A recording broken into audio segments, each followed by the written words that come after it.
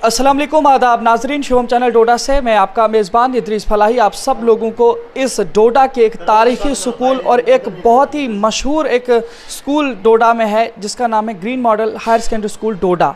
Green model higher secondary school Doda के हवाले से ना सिर्फ यहाँ के बुज़ुर्ग, यहाँ के कुछ लोग जानते हैं, बल्कि तकरीबन सभी लोग green model higher secondary school की शोहरत को जानते हैं और इसका एक तारीख़ी मंज़र भी है। और हमारे साथ आज बात करेंगे हमारे साथ ओपी चंडेल सर, जो कि इसके सरबराह भी हैं और जो इस पूरे सिस्टम को चलाते हैं। इनसे जानकारी लेने की कोशिश करेंगे कि green model higher secondary school Doda जो इस वक्त यहाँ डोडा में वर्क कर रहा है और काफ़ी मशहूर है, बाकी जितने भी प्राइवेट स्कूल हैं उनमें कहीं ना कहीं ये टॉप रैंक्स के स्कूल में एक नाम आता है green model higher secondary school Doda का।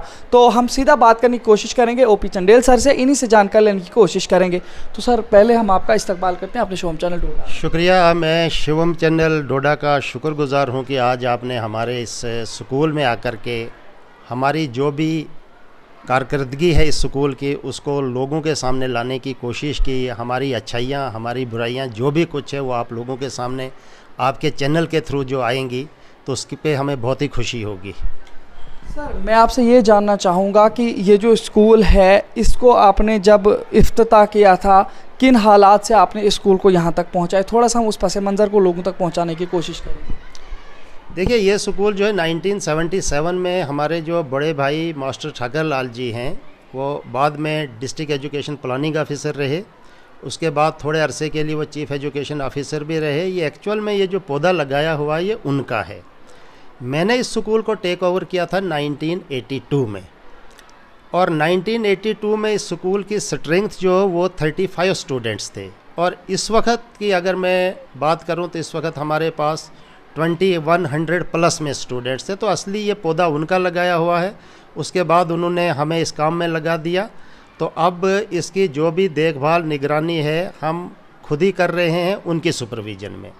उनका हाथ जो है हमारे सर पे है और जिसकी वजह से जो है हम यहाँ पे ये काम कर रहे हैं। देखिए सर, एक घर चलाना इंसान के लिए बहुत मुश्किल हो जाता है, फिर इतना बड़ा इदारा चलाना, इसके लिए किस किस तरीके से आप किन किन राहों से गुजर करके आप इन नतीजों पर पहुंच रहे हैं? कोई भी चीज़ मुश्किल नहीं है ज़िंदगी में। इंसान के लिए सिर्फ एक डेडिकेशन की ज़रूरत है। आपको काम के लिए वक्त निकालना है। ये नहीं कि इसको एक बिज़नेस के तौर पे आपने शुरू कर दिया और काम चलाया, नहीं। ये आपसे टाइम मांगता है।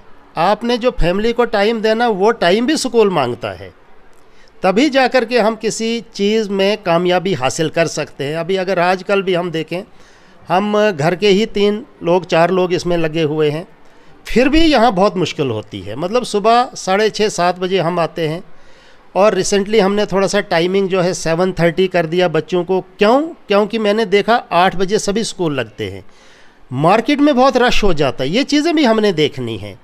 उस रश को अवॉइड करने के लिए बच्चे आपस में लड़ते हैं, अलग अलग स्कूलों के जमा हो जाते हैं। तो मैंने बाकी स्कूलों से पूछा, भाई आपका क्या टाइमिंग है? उन्होंने कहा 8 बजे है। मैंने कहा मैं थोड़ा सा आधा घंटा अर्ली कर लेता हूं ताकि ये रश जो है मार्केट में, ऐसे भी डोडा में आप जानते हैं कितना रश है, तो उसको अवॉइड करने के लिए हमने ये चीज़ की।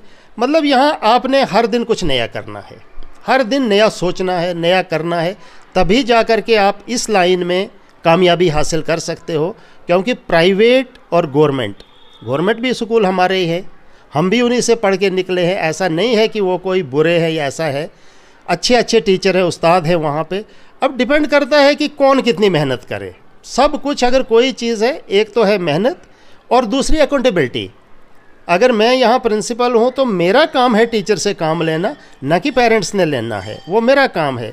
इसी तरह से अगर गवर्नमेंट स्कूल में हेड ऑफ़ द इंस्टीट्यूशन चाहे तो वो सब अच्छा काम और अच्छे वो भी चल सकते हैं, वो चल भी रहे हैं, ऐसी कोई बात नहीं है। तो मेहनत ही एक ऐसी चीज़ है जिससे हम इस चीज़ को ठीक कर सकते हैं। दूसरी बात देखिए, हमने क्या किया, हमने 4-4 सेक्शंस हर एक क्लास की रखी है। नर्सरी से यूकेजी तक 4-4 सेक्शन हैं। उन 4-4 सेक्शन में सिर्फ 25-25 बच्चा रखा हमने, 25 स्टूडेंट्स। फर्स्ट से 5th तक हमने सिर्फ 30-30 बच्चे एक सेक्शन में रखा है। 6th, 7th, 8th में हमने थोड़ा सा बढ़ाया है, 35 तक लिया है। 9th, 10th वगैरह में हमने 40 बच्चों की स्ट्रेंथ ली है और 11th, 12th में हम 45 स्टूडेंट्स पर सेक्शन बच्चों को ले रहे हैं। क्योंकि देखिए जो छोटी क्लास है उस पर 25 भी ज़्यादा है मेरे हिसाब से, वहाँ 15 ही बच्चे होने चाहिए।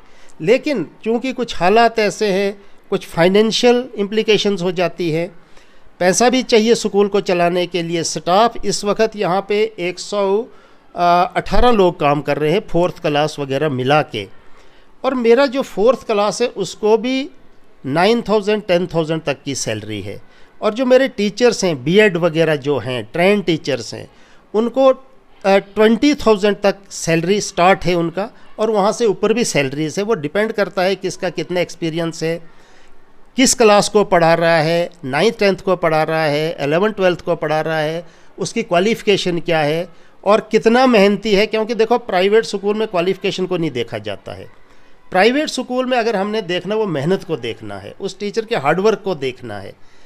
अभी अक्सर होता क्या है कि हर एक टीचर मेहनत करता है, हर एक बच्चे भी मेहनत करते हैं, लेकिन 10% ऐसा बच्चा है जो मेहनत नहीं करता है। हम उनके पेरेंट्स को कांटेक्ट करने की कोशिश करते हैं, उनसे बात करते हैं, लेकिन चूंकि मैं आपके इस मीडिया से एक मैसेज लोगों तक भेजना चाहूँगा कि कोविड के दौरान में बच्चा बहुत बिगड़ चुका है। यानी वो हालत हो चुकी है कि इसको दोबारा से ट्रैक पे लाने के लिए हमें कम से कम 5 साल का समय लगेगा, तब जा कर के ये बच्चे ट्रैक पे आएंगे। क्योंकि माँ बाप भी तंग आ चुके घर में, बच्चे भी बैठ के, बच्चों की भी कोई गलती नहीं, लेकिन बच्चा भी तंग आ चुका है घर में बैठ। तो ओवरऑल अगर जो आपके सवाल का जवाब ये है कि मेहनत ही सब कुछ है, बाकी कुछ नहीं है। आपके बारे में ये भी आया है कि आपकी जो अपॉइंटमेंट्स होती हैं या जो भी आप टीचर्स को यहाँ पे लगाते हैं या जो फिर टीचर्स यहाँ पे पढ़ाते हैं, हमने सुना है आपके बारे में कि आप इस मामले में काफ़ी स्ट्रिक्ट हैं और कहीं ना कहीं किसी को भी आप उसमें बख्शते नहीं हैं कि अगर कोई भी आपके यहाँ के कानून को फलांगने की कोशिश करता है। तो क्या है ये पूरा सिस्टम? क्या आप कहीं ज़्यादती कर रहे हैं या वाकई आप उस सिस्टम को चलाने के लिए ये सब कदम उठाते हैं और उससे आपको स्कूल के इंतज़ामिया को चलाने में कितना जो है वो फिर फ़ायदा मिलता है? देखिए, स्ट्रिक्ट होना इम्पॉर्टेंट है। अगर हम स्ट्रिक्ट नहीं होंगे, लोगों ने हमारे भरोसे पे अपनी सबसे कीमती चीज़ बच्चा हमको दिया है। मुझे स्ट्रिक्ट होना बहुत ज़रूरी है, क्योंकि अगर मैंने किसी टीचर को लगाया है तो मैंने पढ़ाने के लिए लगाया है उसको, ना कि यहाँ घूमने फिरने के लिए लगाया है। अगर उसको काम करना तो उसको बच्चे को पढ़ाना है, उसको मेहनत करनी है, उसकी नोटबुक्स चेक करनी है, बच्चे से पूछना है। मुझे रिज़ल्ट चाहिए बच्चे का, और रिज़ल्ट भी ये नहीं चाहिए कि बस नंबर चाहिए, नंबर मुझे ज़रूरत नहीं है। इसलिए स्ट्रिक्ट मुझे इसलिए लोग कहते हैं क्योंकि मैं बेकार बैठने नहीं देता किसी को, और मेरे पास वही टीचर आता है, वही काम कर सकता है, वही टिक सकता है जो बहुत मेहनती है। मेरे पास इस वक्त केरला से 2 टीचर हैं, यूपी से 1 टीचर है, 3 टीचर मैंने कश्मीर से लाए हैं।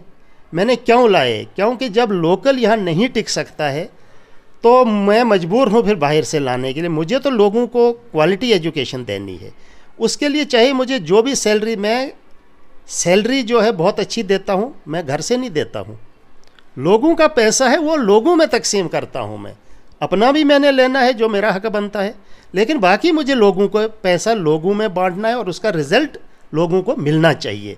तो इसीलिए यही एक स्ट्रिक्टनेस है, बाकी ऐसा कुछ नहीं। हम प्यार की जगह स्टाफ से प्यार भी करते हैं, इंक्रीमेंट की जगह इंक्रीमेंट भी देखते हैं, शाबाशी की जगह शाबाशी भी देते हैं। लेकिन जहाँ टीचर मेरी सेटिस्फेक्शन के हिसाब से या पेरेंट्स की सेटिस्फेक्शन के हिसाब से काम नहीं करता है, हम उसको टर्मिनेट भी कर देते हैं। उसमें हम कोई कंप्रोमाइज़ नहीं करते, हम एडवांस में सब कुछ रिटर्न लेते हैं और इनको समझाते हैं कि अगर आपने स्कूल में काम करना तो आपने इस ढंग से काम करना है। बहुत अच्छा लगा आपका ये जवाब सुन करके, और काफ़ी फ़ायदा होगा ये उन तमाम यहाँ के प्राइवेट इदारों में भी जो भी ज़िम्मेदारान हैं इदारों के, क्योंकि इन्होंने जो बात कही है कि क्वालिटी एजुकेशन अगर देना है बच्चों को तो उसमें हर वो कदम उठाने की ज़रूरत है जो बच्चों के मुस्तकबिल को ख़राब करने का उनसर बने। आपको मैं एक बात ये भी पूछना चाहूँगा, जो आपके बच्चे हैं आमतौर से यहाँ पर देखा गया काफ़ी सारे स्कूल जो है यहाँ पर अभी उनके नाम जो डिस्टिंक्शंस में पता नहीं क्या एकेडमिक्स में आते हैं, आपके ग्रीन मॉडल का कुछ इस तरीके का नाम ज़्यादातर नहीं दिख रहा है। इसकी क्या वजूहात हैं और किन किन फील्ड्स में जो है आपके बच्चे जो है आगे आ रहे हैं, या जो है कहाँ पे आपको कोताही महसूस हो रही है? देखिए, ऐसा है, ओवरऑल पूरे डिस्ट्रिक्ट में से अगर मैं समझूँ, डोडा में सबसे अच्छी एजुकेशन है। सभी प्राइवेट स्कूल अच्छा कर रहे हैं, पोजीशंस भी आ रही हैं, डिस्टिंक्शंस भी आ रही हैं। हमारी भी कभी आती हैं कभी नहीं आती, ये तो चलता रहता है सिलसिला। जो मेहनत करेगा डिस्टिंक्शन उसकी आएगी, जो मेहनत करेगा पोजीशन उसकी आएगी। लेकिन मैं एक बात कहना चाहूँगा कि मैं अक्सर देखता हूँ फलाने स्कूल से पोजीशन आई, फलाने स्कूल ने टॉप किया, लेकिन 2-4 साल के बाद हम देखते हैं वो बच्चे कहीं होते ही नहीं हैं, किसी पिक्चर में ही नहीं होते हैं। नकल से पोजीशन लेना, नकल से डिस्टिंक्शन लेना, नकल से ये सर्टिफिकेट्स लेना यूज़लेस है। देखो, बच्चे को नॉलेज होना चाहिए। अगर मेरे बच्चे ने 60% या 80% नंबर लेकर मेडिकल में सीट निकाली और उसी के मुकाबले में कोई दूसरा बच्चा 99% लेके रह गया, तो हमें उस 99% वाले को क्या करना है? बात है मेहनत की, बात पोजीशन की नहीं, बात है नॉलेज बच्चे को कितना है। रटे का नॉलेज नहीं चाहिए, नॉलेज चाहिए कि वो बच्चा स्टडी करे, बुक्स की स्टडी करे, एडिशनल बुक्स पढ़े, वो अपने नॉलेज को इंक्रीज़ करे। ये नहीं कि 12th में मेरे पास पोजीशन लेके कॉलेज में जाएगा और पहले साल फेल हो जाएगा। अगर वहाँ वो बच्चा फेल होता है तो एक बैड इंप्रेशन जाता है उस कॉलेज में, हमारे स्कूल का। वो बैड इंप्रेशन ये जाता है कि भाई ये पता नहीं नकलें करके आए हैं, और एक्चुअली अगर कोई बच्चा फेल है तो सिंपल सी बात है, उसने नकल की है।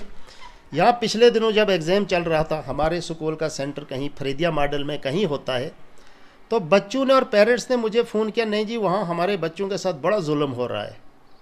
मैंने कहा जुल्म नहीं हो रहा है, खुश रहो आप लोग कि कोई ईमानदार तो आया जो नकल करने नहीं दे रहा है। मैंने कहा खुशी इस बात की होनी चाहिए कि कोई तो ईमानदार है जो नकल नहीं करवाता है। जुल्म क्या, वो हाथ पकड़ रहा है इनका? हाथ तो नहीं कोई पकड़ रहा ना एग्ज़ाम में बच्चे का, भाई नहीं तो पेन दे इधर, तू नहीं लिख सकता है। जुल्म का मतलब है कि ये लोग चाहते हैं कि बच्चे नकल करें, और मैं चाहता हूं कि बच्चा नकल न करे। और पिछले 2 सालों में जो रिज़ल्ट हुए, जो हुए, आप लोगों से छुपी हुई चीज़ें नहीं हैं, वो आपने खुद भी देखा है। बहुत तबाही हो चुकी है। अब अगर इस तबाही को बचाना है, इन बच्चों को बचाना है, तो हमें सबसे पहले नकल पे कंट्रोल करना है। नकल अगर बंद हो जाएगी, बच्चे पढ़ेंगे, माँ बाप मेहनत कराएंगे, तभी हमारा समाज जो आगे बढ़ सकता है। बाकी पोजीशन की हमारी भी कोई कमी नहीं है। इस वक्त तकरीबन 50 से 60 डॉक्टर्स हैं, बाकी इंजीनियर्स वगैरह को बेचारों को हम गिनते ही नहीं हैं। इस वक्त केएस ऑफिसर्स हैं जो इस स्कूल का प्रोडक्ट है, काफ़ी अच्छी अच्छी पोस्टों पे बच्चे हैं। तो हमारा एक ही है कि मेहनत करानी है बच्चे को बस, ताकि वो लाइफ में कम से कम एक अच्छा इंसान बन सके। ज़रूरी नहीं है कि वो IAS अफसर ही बने, वो कोई कमी नहीं है, जॉब्स की कमी नहीं है। अगर हम कहते हैं नौकरी नहीं मिल रही है, वो काबिलियत की कमी है, जॉब्स की कमी नहीं है। पोस्टें खाली पड़ी है लेकिन कोई क्वालिफाई नहीं कर सकता है। इसलिए मेहनत करना ज़रूरी है, और कोई एक ही ज़रिया जिससे इंसान ज़िंदगी में तरक्की करता, वो है एजुकेशन और वो है मेहनत। तो सर देखिए, जिस तरह से आपने एकेडमिक्स के बारे में अच्छी बात कही कि यहाँ पे आप कहीं ना कहीं जो रेस का घोड़ा बना दिया गया है बच्चों को कि आपने नंबर्स हासिल करने, और उसी पे पेरेंट्स भी खुश हो रहे हैं, बच्चे भी खुश हो रहे हैं, और कहीं ना कहीं टीचर्स और इंतज़ामिया स्कूल की भी खुश हो रही है, चाहे वो गवर्नमेंट स्कूल हो चाहे वो प्राइवेट स्कूल हो। इस तरीके का सिस्टम चल रहा है, तो इसको बदलने की काफ़ी हद तक ज़रूरत है, वो इसको सोच को बदलने की ज़रूरत है सबको, चाहे वो बच्चे हैं सारे। लेकिन सर इसके अलावा भी जो इस वक्त स्कूल जो बाकी चाहे कल्चरल एक्टिविटीज़ हैं, इसके अलावा स्पोर्ट्स की एक्टिविटीज़ हैं, या बाकी जितने भी करिकुलर एक्टिविटीज़ होती हैं बच्चों के दरमियान, तो क्या आपके यहाँ के बच्चे उन फील्ड्स में भी तरक्की कर रहे हैं या नहीं, और उसके लिए कोई स्पेशल टीचर्स आपके पास हैं या नहीं? देखिए, एजुकेशन तो अपनी जगह बिल्कुल ठीक है। एजुकेशन की लाइन में अगर हम देखें तो हमारा स्कूल सबसे टॉप पे है। यहाँ की बात नहीं, आप पूरे J&K में कहीं भी आपको इसका नाम मिलेगा, कहीं भी आप जाइए नाम मिलेगा ग्रीन मॉडल का। उसके अलावा हमारे बच्चे जो है स्पोर्ट्स में बहुत ज़्यादा हिस्सा ले रहे हैं। पिछले 4 सालों में 150 के करीब बच्चे ने नेशनल में खेला है। नेशनल हमने वो गेम्स पकड़ी है जिसमें बच्चे आगे निकले, हमने वो गेम नहीं पकड़ी है कि जिसमें 200 बच्चे ने तैयारी की, आगे बेचारा एक भी न जा सका और फ़ायदा एक को भी नहीं पहुंचा। तो ये कैलकुलेशन होनी चाहिए कि हम कौन सी लाइन में आगे हमारा बच्चा निकल सकता है। हमारे जो है यहाँ पे टाइकंडो हमने सिखाया है, थ्रो बॉल सिखाया है, वॉलीबॉल में हमारे बच्चे आगे निकले हैं, राइफल शूटिंग में बच्चे हमारे आगे निकले, और सबसे मज़ेदार बात है कि इस साल हमने लड़कियों का क्रिकेट स्टार्ट किया। अभी भद्रवा में आजकल जम्मू कश्मीर क्रिकेट एसोसिएशन की तरफ से एक हंट चला है कि भाई देखा जाए बच्चे कहीं से हमें मिले, तो हमारी 8 लड़कियों ने वहाँ पार्टिसिपेट किया और 8वीं की बहुत तारीफ़ हुई वहाँ पे। और उनको कोचेज़ ने ये बोला कि जो चीज़ आपको यहाँ सिखाई गई है, अगर आप बम्बई जाओगे यही चीज़ आपको वहाँ सिखाएंगे। तो मुझे लगता है आज उनका रिज़ल्ट आ जाएगा और मेरे ख्याल में 8 की 8 लड़कियाँ वो कोचिंग के लिए उनको वहीं से ले लिया जाएगा। तो अब लड़कियों की गेम्स में हमने इसलिए पार्टिसिपेट किया क्योंकि इसमें लड़कियों में क्रिकेट में आता ही नहीं है कोई। तो हमारा मुद्दा है कि हम किस लाइन में बच्चे को लें ताकि उसको बेनिफिट मिले। आप भी जानते हैं जब नेशनल लेवल बच्चा खेलता है 3 पॉइंट्स अगर उसके पास होते हैं तो नौकरी में उसकी वो पॉइंट्स उसको मिलते हैं, MBBS में उसको सीट निकालने में उन पॉइंट्स की हेल्प होती है, हर जगह उसका बेनिफिट उसको मिलता है। और आजकल तो जिसने नेशनल खेल दिया, मेडल ले लिया, उसको तो कोई 40,000 तो गवर्नमेंट देती है। पहले तो वक्त था कि पढ़ोगे लिखोगे बनोगे नवाब, खेलोगे कूदोगे होगे ख़राब। अब ये उल्टा हो गया है, पढ़ना लिखना भी ज़रूरी है और उसके साथ खेल कूद भी ज़रूरी है। बच्चे का फिज़िकली फिट होना बहुत इम्पॉर्टेंट है। देखिए बच्चा जो है उसमें एनर्जी बहुत होती है।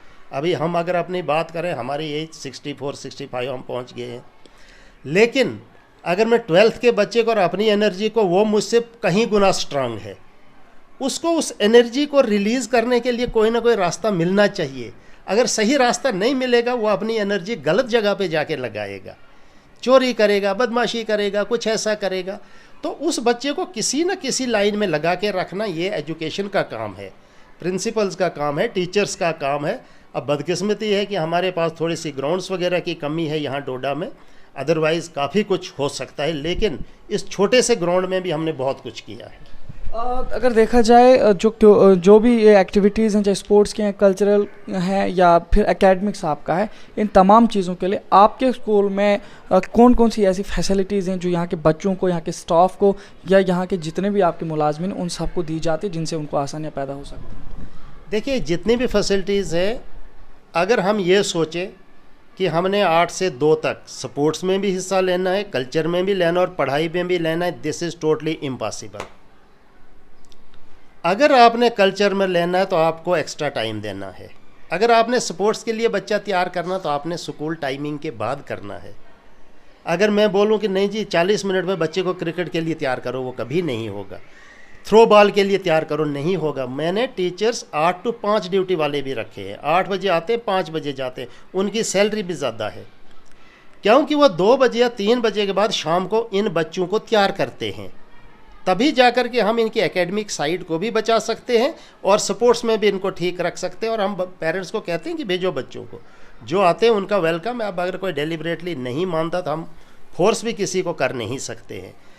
बाकी इसके अलावा हमारा कैलेंडर बना होता है कि हमने किस दिन क्या काम करना है, स्पोर्ट्स किस दिन कराना है, कब कब कराना है, कौन से मंथ से, फिर हमने डिबेट्स कब करानी है, ऐसे राइटिंग कंपटीशंस कब कराने हैं, पेंटिंग कंपटीशंस कब कराने हैं।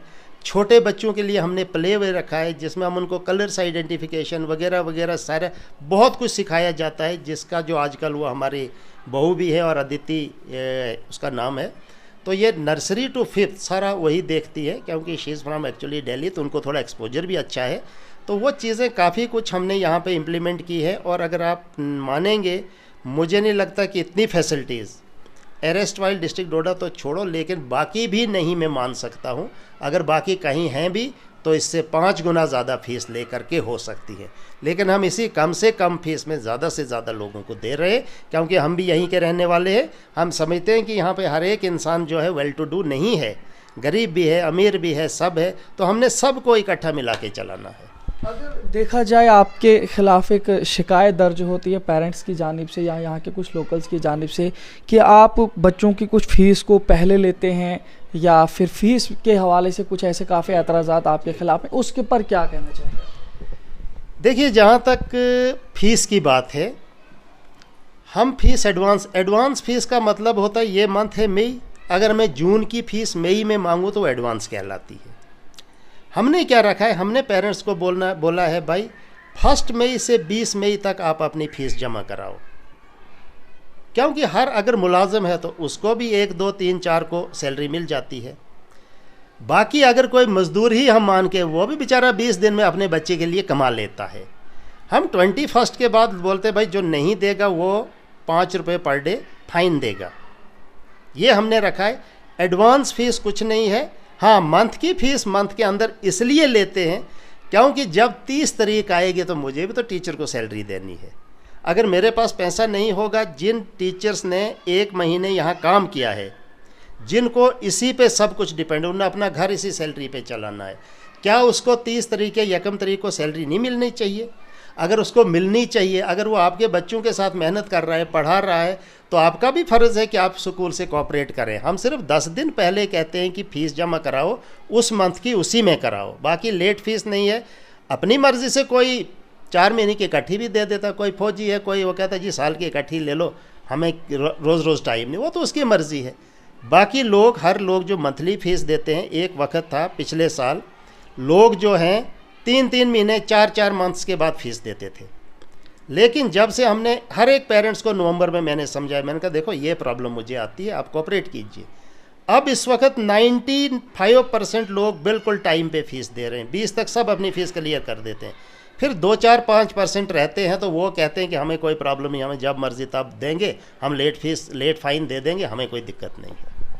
काफ़ी वक्त भी हो चुका है, एक आखिरी सवाल आपसे पूछना चाहेंगे। काफ़ी अच्छा लग रहा था कि लोगों तक और ज़्यादा इन्फॉर्मेशन मिल सके, लेकिन पूछना चाहूँगा कि इतना ट्रांसपेरेंट सिस्टम बनाया आपने और ट्रांसपेरेंसी के साथ आप पूरे स्कूल को चला रहे हैं, तो ये आइडियाज़ क्या आप खुद जनरेट कर रहे हैं या इसके पीछे आपके साथ कुछ और लोग भी शामिल हैं जिनकी वजह से जो है आप इस तमाम सिस्टम को ट्रांसपेरेंट अंदाज से चला रहे हैं? देखिए, मैं कहता हूँ कि जितनी ट्रांसपेरेंसी इस स्कूल में है शायद ही कहीं भी होगी। अगर होगी तो वो जो बहुत बड़े बड़े स्कूल हैं जो लाख रुपया 1.5 लाख रुपए फ़ीस लेते हैं उनकी हो सकती है। स्कूल पैड से लोग फ़ीस देते हैं, घर में बैठ के काटते हैं, घर में उनको रसीद निकल जाती है, हमने कुछ नहीं करना है। ऐप्स पे उनका रिज़ल्ट चला जाता है, वो अपनी ऐप खोलते हैं, बच्चे के रिज़ल्ट देखते हैं क्या रिज़ल्ट है। इसमें जो ये सबसे बड़ी इसमें जो कंट्रीब्यूशन है वो मेरा बेटा और मेरी बहू है, जिन्होंने इस सिस्टम को बिल्कुल स्ट्रीमलाइन करके रखा है। हमारा सब कुछ जो है ऑनलाइन, हर चीज़ है, फीस क्या, हर चीज़ सब कुछ इनवाइस बैंक में जाती है। ये नहीं है कि कोई दस्तखत कहीं कराए वो कोई गड़बड़ कर सकता है, यहाँ कोई कुछ नहीं कर सकता है। सीपी फंड हम इनको देते हैं, ईएसआईसी में हमने रजिस्टर किया, हर एक एम्प्लॉय मेरा रजिस्टर्ड है ईएसआईसी के साथ, उसकी पूरी फैमिली रजिस्टर्ड है। भले ये गवर्नमेंट इदारा नहीं है लेकिन सेमी गवर्नमेंट है ये भी। अब इसको कोई लोग समझते हैं, कोई नहीं समझते हैं। सैलरी कम है लेकिन फैसिलिटी सब हैं। ग्रेजुएटी हम देते हैं टीचर को। सपोज़ करो एक टीचर ने कंटिन्यू 5 साल काम किया, उसको ग्रेजुएटी मिलती है कम से कम 50,000 60,000, और जिन्होंने ज़्यादा लंबा काम किया उनको लाख 1.5 लाख रुपया मिला है। यहाँ पे आप पूछ सकते हैं, वो कोई छुपी हुई बातें नहीं है। यानी जो फैसिलिटीज़ हम प्रोवाइड कर रहे हैं टीचर्स को, क्योंकि मेरी हर वक्त हर डिपार्टमेंट में यहाँ जो हमारे एफएफसी के जज साहब हैं, मेरी उनसे भी यही बात हुई जब उनने थोड़ी सी हमारी फ़ीस कम की थी। मैं मिला, मैंने कहा सर आपने मेरे पेट पे छुरा नहीं चलाया, आपने मेरे जो एम्प्लॉइज़ हैं उनको पेट पे छुरा चलाया। कहते वो क्या? मैंने कहा देखो आप कम फीस दोगे मुझे, मैं कम लूँगा, मैं टीचर को भी कम करूँगा, मेरा तो कोई, मैंने अपनी तो जो है वो लेना है। तो मैंने कहा ये मत करो। लेकिन उसके बावजूद भी मैंने कोविड में पूरा फीस, कोविड के लिए मैं पेरेंट्स का बड़ा शुक्रगुजार हूँ, उन्होंने कभी इनकार नहीं किया है, पूरी फीस हमें मिली और टीचर्स को भी हमने पूरी सैलरी दी है। तो इस तरह से हमने पूरी ट्रांसपेरेंसी रखी, यहाँ पे कोई भी चीज़ छुपी हुई नहीं है। बहुत बहुत शुक्रिया। हमारे साथ बात कर रहे थे ओपी चंडेल सर, यानी कि ओम प्रकाश चंडेल सर, जिनके स्कूल में जाने के बाद हमें एक खुशी तो ये हुई कि डोडा में कोई तो है जो एक सिस्टम को इस अंदाज में चला रहे हैं कि ना टीचर के साथ कोई गड़बड़ हो सकती है, ना टीचर कभी बच्चों के साथ धोखा कर सकता है और न बच्चों के मुस्तकबिल के साथ कोई खेल सकता है, और बच्चे भी खुद मेहनत करेंगे। इस तरीके का सिस्टम जहाँ पे टीचर को खुद ये खौफ हो जाए कि मेरे पीछे कोई जो है ताकत बैठी है, अगर मैं कुछ भी गड़बड़ी करूँगा तो मुझे यहाँ से निकाला जा सकता है। तो वहाँ के बच्चे किस तरीके के पढ़ रहे होंगे, ये अलग बात है कि कुछ अरसा तक यहाँ पे जो है कुछ नाम यहाँ पे कम होने लगे हैं कि बाकी इदारों के जो है यहाँ पे जो है नाम ऊपर आ रहे हैं कि बच्चों की डिस्टिंक्शंस वगैरह हैं, लेकिन इनके मुताबिक कि हमारे जो बच्चे हैं वो क्वालिटी एजुकेशन के साथ जुड़े हुए हैं। भले ही वो लोग 10 ही मार्क्स लेते हैं लेकिन अपने दिमाग से लेते हैं, उनको यहाँ पे किसी चीज़ की कोई रियायत नहीं हम देते हैं कि कोई बच्चा 10 मार्क्स हासिल करेगा और उसको हम 15 देंगे, ऐसा बिल्कुल भी नहीं हो सकता है। तो ये एक बड़ी अच्छी चीज़ है और ऐसा ही जो प्राइवेट इदारे हैं चाहे गवर्नमेंट इदारे हैं, जिस जगह पे भी टीचर्स इस वक्त अपना फ़र्ज़ अंजाम दे रहे हैं, उन तमाम लोगों को भी भी इनसे कुछ सीखना चाहिए कि किस तरीके से इदारों को चलाया जाता है और किस तरीके से जो है बच्चों को क्वालिटी एजुकेशन प्रोवाइड की जाती है। तो ये एक अच्छा कदम है यहाँ green model higher secondary school Doda के, और ख़ासतर जो ओपी चंडेल सर है, इनकी वजह से एक बहुत बड़ा कदम पूरे ज़िला के लिए है कि यहाँ के बच्चों को कहीं ना कहीं क्वालिटी एजुकेशन मिल रही है, जिसकी वजह से इनके मुताबिक यहाँ के काफ़ी सारे बच्चे ऑफिसरान हैं, काफ़ी सारे डॉक्टर हैं, काफ़ी सारे इंजीनियर हैं, काफ़ी सारे बड़े बड़े ओहदों पर हैं, और इनका कोई भी बच्चा ऐसा नहीं है कि जो कम से कम अपनी रोज़ी रोटी कमाने से कासिर हो। मतलब कि हर एक बच्चा कहीं ना कहीं अपने हिसाब से हर एक काम कर रहा है, किसी न किसी तरीके से हर बच्चे को इन्होंने एक लायक बनाया है कि वो अपनी ज़िंदगी को आराम से बसर कर सकता है। तो ऐसे ही असातिज़ा की ज़रूरत है, और ऐसे ही असातिज़ा की समाज भी इज़्ज़त करता है, और अपने उनके शागिर्द भी इज़्ज़त करते हैं, और उनका पूरा अमला भी उनकी इज़्ज़त करता है। तो फिलहाल इसी तरह देखते रहिए शिवम चैनल डोडा। अपने मेज़बान इद्रीस फलाही को दीजिए इजाज़त, मज़ीद पेशकश करेंगे, तब तक के लिए अल्लाह हाफ़िज़।